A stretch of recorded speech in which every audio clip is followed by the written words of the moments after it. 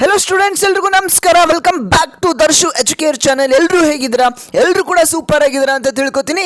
K A ಮುಖಾಂತರ ಅಂದರೆ KCET 2026 biggest update ಈಗ ಬಂದಿರುವಂಥದ್ದು ಸ್ನೇಹಿತರೆ. ನಿಮ್ಮೆಲ್ರಿಗೂ ಕೂಡ ಗುಡ್ ನ್ಯೂಸ್ ಅಂತಲೇ ಹೇಳ್ಬೋದು. ಯಾರೆಲ್ಲ KCET 2026ಗೆ ಅಪ್ಲಿಕೇಶನ್ ಹಾಕಿದ್ದೀರಾ ಮತ್ತು ಯಾರು ಹಾಕಿಲ್ಲ ಎಲ್ರಿಗೂ ಕೂಡ ಎಲ್ಲ ಸ್ಟೂಡೆಂಟ್ಸ್ಗೂ ಇಲ್ಲಿ ಬಿಗ್ಗೆಸ್ಟ್ ಅಪ್ಡೇಟ್ ಬಂದಿದೆ ಅಂತಲೇ ಹೇಳ್ಬೋದು. ಎಲ್ಲ ಒಂದು ಮಾಹಿತಿಯನ್ನು ನಿಮಗೆ ತಿಳಿಸ್ಕೊಡ್ತಾ ಹೋಗ್ತೇನೆ. ವಿಡಿಯೋನ ಪೂರ್ತಿಯಾಗಿ ನೋಡಿ. ಹಾಗೆಯೇ ನಮ್ಮ ಚಾನಲ್ಗೆ ನೀವು ಮೊದಲನೇ ಬಾರಿ ಬಂದಿದ್ದೀರಾ ಅಂತ ಗೊತ್ತು, ಯಾಕಂದರೆ 2026 KCET ಅಪ್ಡೇಟ್ಸನ್ನು ಈಗ ನಾನು ಕೊಡ್ತಾ ಇದ್ದೇನೆ. ಮೊದಲನೇ ಬಾರಿ ನೀವು ನಮ್ಮ ಚಾನಲ್ಗೆ ಬಂದಿದ್ದೀರಾ. ಹಾಗೆ ಎಲ್ಲ ಸ್ಟೂಡೆಂಟ್ಸ್ ಕೂಡ ಸಬ್ಸ್ಕ್ರೈಬ್ ಮಾಡ್ಕೊಳ್ಳಿ. ಇದೇ ರೀತಿ ಅಂತ KA ಮುಖಾಂತರ ಬಂದಿರುವಂಥ ಅಪ್ಡೇಟ್ಸನ್ನು ನಿಮಗೆ KCET ಆಗಿರ್ಬೋದು ಹಾಗೆ ನೀಟ್ಗೆ ಸಂಬಂಧಪಟ್ಟಂಥ ಎಲ್ಲ ಅಪ್ಡೇಟ್ಸ್ಗಳನ್ನು ಕೂಡ ನಿಮಗೆ ತಿಳಿಸ್ಕೊಡ್ತಾ ಇರ್ತಾನೆ. ಹಾಗೆ ಎಲ್ಲರೂ ಕೂಡ ಸಬ್ಸ್ಕ್ರೈಬ್ ಮಾಡ್ಕೊಳ್ಳಿ, ನಿಮಗೆ ಯೂಸ್ಫುಲ್ ಆಗಿರುತ್ತೆ. ಹಾಗೆಯೇ ಈ ಒಂದು ವಿಡಿಯೋಗೆ ಲೈಕ್ ಮಾಡಿ. ಈ ಒಂದು ವಿಡಿಯೋನ ಶುರು ಮಾಡೋಣ ಬನ್ನಿ ಸ್ಟೂಡೆಂಟ್ಸ್. KCET 2026ಗೆ ಯಾರೆಲ್ಲ ಅಪ್ಲಿಕೇಶನನ್ನು ಹಾಕಿದ್ದೀರಾ ಹಾಗೆ ಹಾಕ್ದೇ ಇರುವಂಥ ಸ್ಟೂಡೆಂಟ್ಸ್ಗೂ ಕೂಡ ಇಲ್ಲಿ KA ಮುಖಾಂತರ ಬಿಗ್ಗೆಸ್ಟ್ ಅಪ್ಡೇಟ್ ಬಂದಿರುವಂಥದ್ದು. ಹಾಗೆ ಗುಡ್ ನ್ಯೂಸ್ ಅಂತಲೇ ಹೇಳ್ಬೋದು. ಇಲ್ಲಿ ನೋಡಿ, ನೀವು KA ವೆಬ್ಸೈಟ್ಗೆ ಬಂದು ಇಲ್ಲಿ 3 ಡಾಟೆಡ್ ಲೈನ್ ಮೇಲೆ ಕ್ಲಿಕ್ ಮಾಡ್ಕೊಳ್ಳಿ. ಹಾಗೆ ಪ್ರವೇಶ ಅಂತ ಇರುತ್ತೆ, ಇಲ್ಲಿ ಕ್ಲಿಕ್ ಮಾಡ್ಕೊಂಡು UGCET 2026 ಮೇಲೆ ಕ್ಲಿಕ್ ಮಾಡಿದ್ರೆ ಅಂತ ಅಂದರೆ ಇಲ್ಲಿ ನಿಮಗೆ ಒಂದು ಆಪ್ಷನ್ ಕಾಣುತ್ತೆ 2026 CET ಅಂತ. ಅದರ ಮೇಲೆ ನೀವು ಕ್ಲಿಕ್ ಮಾಡ್ಕೊಳ್ಳಿ. ಒಂದು ಅಪ್ಡೇಟ್ ಇಲ್ಲಿ ನಿಮಗೆ ಬಂದಿರುವಂಥದ್ದು ಸ್ನೇಹಿತರೆ. ಹೌದು, ಇಲ್ಲಿ ಎಲ್ಲ ಸ್ಟೂಡೆಂಟ್ಸ್ಗೂ ಕೂಡ ಗುಡ್ ನ್ಯೂಸ್ ಅಂತಲೇ ಹೇಳ್ಬೋದು. ಹೌದು, ನಿಮಗೆ ಈಗ ಅಪ್ಲಿಕೇಶನ್ ಹಾಕೋದಕ್ಕೆ ಅಂದರೆ KCET ಅಪ್ಲಿಕೇಶನ್ ಹಾಕೋದಕ್ಕೆ ಡೇಟನ್ನು ಏನು ಕೊಟ್ಟಿದ್ರು ಅದನ್ನು ಈಗ ಎಕ್ಸ್ಟೆಂಡ್ ಮಾಡಿದ್ದಾರೆ. ಹೌದು ಸ್ಟೂಡೆಂಟ್ಸ್, ಇಲ್ಲಿ 2026 24ನೇ ತಾರೀಕಿನವರೆಗೆ ಅಂದರೆ ಫೆಬ್ರವರಿ 24ನೇ ತಾರೀಕಿನವರೆಗೆ ಈ ಒಂದು ಡೇಟನ್ನು ಎಕ್ಸ್ಟೆಂಡ್ ಮಾಡಿದ್ದಾರೆ. ಅಂದರೆ ನೀವು ಶುಲ್ಕ ಪಾವತಿಸೋದಕ್ಕೆ 24ನೇ ತಾರೀಕುವರೆಗೂ ಎಕ್ಸ್ಟೆಂಡ್ ಮಾಡಿದ್ದಾರೆ. ಹಾಗೆಯೇ ಅಪ್ಲಿಕೇಶನ್ ಹಾಕೋದಕ್ಕೆ ಅಥವಾ ನೀವೇನಾದರೂ ಯಾವುದೇ ಒಂದು ತಪ್ಪನ್ನು ಮಾಡಿದರೆ ಅಂದರೆ ಅಪ್ಲಿಕೇಶನ್ ಹಾಕಬೇಕಾದ್ರೆ ಡಾಕ್ಯುಮೆಂಟ್ಸನ್ನು ಸರಿಯಾಗಿ ನೀಡದೇ ಇರ್ಬೋದು ಅಥವಾ ಯಾವುದೇ ಒಂದು ಆಪ್ಷನ್ನ ಸೆಲೆಕ್ಟ್ ಮಾಡದೇ ಇರ್ಬೋದು. ಈ ರೀತಿಯಾದಂಥ ತಪ್ಪುಗಳನ್ನು ಮಾಡಿದರೆ ಅದನ್ನು ತಿದ್ದುಕೊಳ್ಳೋದಕ್ಕೆ ಅಂದರೆ ಅಪ್ಲಿಕೇಶನ್ನ ಎಡಿಟ್ ಮಾಡ್ಕೊಳ್ಳೋದಕ್ಕೆ ನಿಮಗೆ ಒಂದು ಡೇಟನ್ನು ಎಕ್ಸ್ಟೆಂಡ್ ಮಾಡಿದ್ದಾರೆ ಅಂತಲೇ ಹೇಳ್ಬೋದು. ಹೊಸ ಒಂದು ಅವಕಾಶವನ್ನು ಇಲ್ಲಿ ಕಲ್ಪಿಸಿಕೊಟ್ಟಿದ್ದಾರೆ ಈ ಒಂದು ನಿಮಗೆ UGCET ಕಡೆಯಿಂದ. ಹೌದು ಸ್ಟೂಡೆಂಟ್ಸ್, ನೀವು ಈಗಾಗಲೇ ನೀವು ಅರ್ಜಿಯನ್ನು ಸಲ್ಲಿಕೆಯನ್ನು ಮಾಡಿದ್ರಿ ಅಂತ ಅಂದರೆ ಮತ್ತೆ ನೀವು ಆ ಅಪ್ಲಿಕೇಶನ್ ಕರೆಕ್ಟಾಗಿ ಇದೆಯಾ ಅಲ್ವಾ ಅಂತ ನೀವು ಚೆಕ್ ಮಾಡ್ಕೊಳ್ಬೇಕಾಗತ್ತೆ.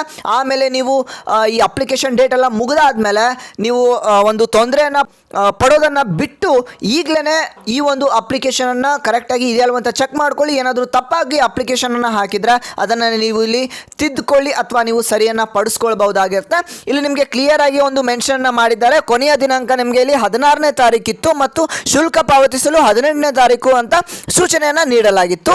ಸುಮಾರು 2,87,909 ವಿದ್ಯಾರ್ಥಿಗಳು CET 2026ಗೆ ನೋಂದಾಯಿಸಿಕೊಂಡಿದ್ದಾರೆ ಅಂತಲೇ ಹೇಳ್ಬೋದು. ಇಲ್ಲಿಯವರೆಗೆ ಆನ್ಲೈನ್ ಮೂಲಕ ಅರ್ಜಿಯನ್ನು ಸಲ್ಲಿಸದೆ ಇರುವ ಹಾಗೂ ಶುಲ್ಕವನ್ನು ಪಾವತಿಸದೆ ಇರುವ ಅಭ್ಯರ್ಥಿಗಳ ಅನುಕೂಲಕ್ಕಾಗಿ ಆನ್ಲೈನ್ ಮೂಲಕ ನೋಂದಣಿ ಮಾಡಿ ಅರ್ಜಿ ಸಲ್ಲಿಸಲು 22ನೇ ತಾರೀಕುವರೆಗೂ ರಾತ್ರಿ 11:59 ಹಾಗೂ ನಿಮ್ಮ ಒಂದು ಶುಲ್ಕವನ್ನು ಅಂದರೆ ಅಪ್ಲಿಕೇಶನ್ ಫೀಸನ್ನು ಕಟ್ಟೋದಕ್ಕೆ 24ನೇ ತಾರೀಕು ಹಾಗೆಯೇ 5:30 ಸಂಜೆ 5:30 ಒಂದು ದಿನಾಂಕವನ್ನು ವಿಸ್ತರಣೆಯನ್ನು ಮಾಡಿದ್ದಾರೆ. ಹಾಗೆಯೇ ವಿಶೇಷ ಒಂದು ಸೂಚನೆಯನ್ನು ಕೂಡ ಕೊಟ್ಟಿದ್ದಾರೆ ಸ್ಟೂಡೆಂಟ್ಸ್. ಈಗಾಗಲೇ ಅರ್ಜಿಯನ್ನು ಸಲ್ಲಿಸಿರುವ ಎಲ್ಲ ಮಾಹಿತಿ ಸರಿಯಾಗಿ ತುಂಬಿರುವ ಬಗ್ಗೆ ಪರಿಶೀಲಿಸಿಕೊಳ್ಳಿ ಅಂತಲೇ ಹೇಳ್ಬೋದು. ಅಂದರೆ ಯಾರೆಲ್ಲ ಅರ್ಜಿಯನ್ನು ಸಲ್ಲಿಸಿದ್ದೀರಾ ಅವರೆಲ್ಲರೂ ಕೂಡ ಈಗ ನೀವು ತುಂಬಿರುವಂಥ ಮಾಹಿತಿ ಏನಿದೆ ಅದು ಕರೆಕ್ಟಾಗಿ ಇದೆಯಾ ಅಲ್ವಾ ಅಂತ ನೀವು ಇನ್ನೊಮ್ಮೆ ಚೆಕ್ ಮಾಡ್ಕೊಳ್ಬೇಕಾಗತ್ತೆ, ವೆರಿಫಿಕೇಷನನ್ನು ಮಾಡ್ಕೊಳ್ಬೇಕಾಗತ್ತೆ. ಮತ್ತೊಮ್ಮೆ ನೀವು ಲಾಗಿನ್ ಮಾಡಿ ಅಲ್ಲಿ ನಿಮಗೆ ಎಡಿಟ್ ಮಾಡ್ಕೊಳ್ಳೋದಕ್ಕೆ ಅವಕಾಶವನ್ನು ಕಲ್ಪಿಸಿಕೊಟ್ಟಿದ್ದಾರೆ. 22ನೇ ತಾರೀಕುವರೆಗೂ ನಿಮಗೆ ಅವಕಾಶ ಇದೆ ಸ್ಟೂಡೆಂಟ್ಸ್.